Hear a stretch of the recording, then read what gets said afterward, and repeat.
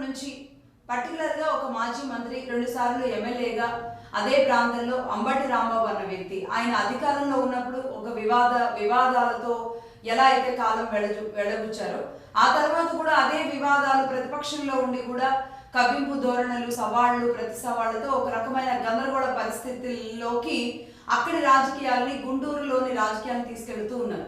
అలాగే ఇంకొక వైపు అంటే దీనికి పూర్తి భిన్నంగా నిన్న ఉదయం నుంచి చంద్రబాబు నాయుడు గారు కుప్పం డెవలప్మెంట్ అథారిటీ అన్న ఒక కార్యక్రమాన్ని తీసుకొని కుప్పంలో ఆయన దాదాపుగా 5,555 సైకిళ్లను వికలాంగులకు సైకిళ్ల పంపిణీతో పాటుగా అక్కడ డెవలప్మెంట్ ఎలా ఉండాలి, 1 ఫ్యామిలీ 1 ఎంటర్‌ప్రెన్యూర్ అంటూ కుప్పం నియోజకవర్గంలో తీసుకుంటున్న అభివృద్ధి కార్యక్రమాల మీద కొన్ని కంపెనీలతో ఆయన చర్చాగోష్ఠి జరుపుతున్నారు.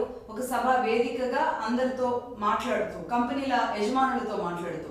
కానీ ఇక్కడ మాత్రం పూర్తి భిన్నంగా ఒక ఫ్లెక్సీతో మొదలైన గొడవ బూతు పురాణం దాకా తీసుకువెళ్లేలాగా అంబటి రాంబాబు గారి బూతులు, ఆ తర్వాత టీడీపీ నాయకుల బూతులు, ఆ తర్వాత ఆయన ఇంటి ముట్టడి, అంబటి రాంబాబు ఇంటి ముట్టడి, ఆయన కారు ధ్వంసం, ఈ విధంగా తీవ్ర స్థాయికి రచ్చ చేరుకోవడం, ఆ తర్వాత ఎంపీ కేంద్ర మంత్రి పెమ్మసాని చంద్రశేఖర్ గారు సవాల్ విసరడం, అలా ఒకరి తర్వాత ఒకరు ఇలా సవాళ్లు ప్రతి సవాళ్లతో ఒక భయానకమైన పరిస్థితికి వెళ్ళిన సిచ్యువేషన్ కనబడుతుంది. దీన్ని టీడీపీ శ్రేణులు మొత్తం రాష్ట్ర వ్యాప్తంగా ఉన్న టీడీపీ శ్రేణులు అంతా ఖండిస్తున్నాయి.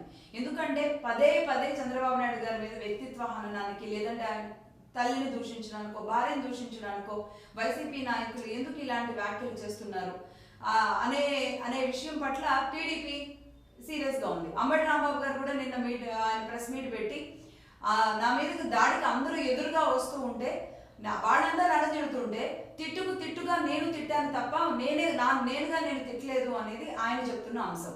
మరి ఎవరిది కరెక్ట్ ఏం జరిగిందో తెలియదు కానీ ఒక గందరగోళ పరిస్థితికి కూటమి ప్రభుత్వంలో టీడీపీ ప్రభుత్వంలో ఇలాంటి ఒక సిచ్యువేషన్ ని ఊహించని పరిస్థితికి అయితే అది కూడా గుంటూరులో వెళ్ళింది.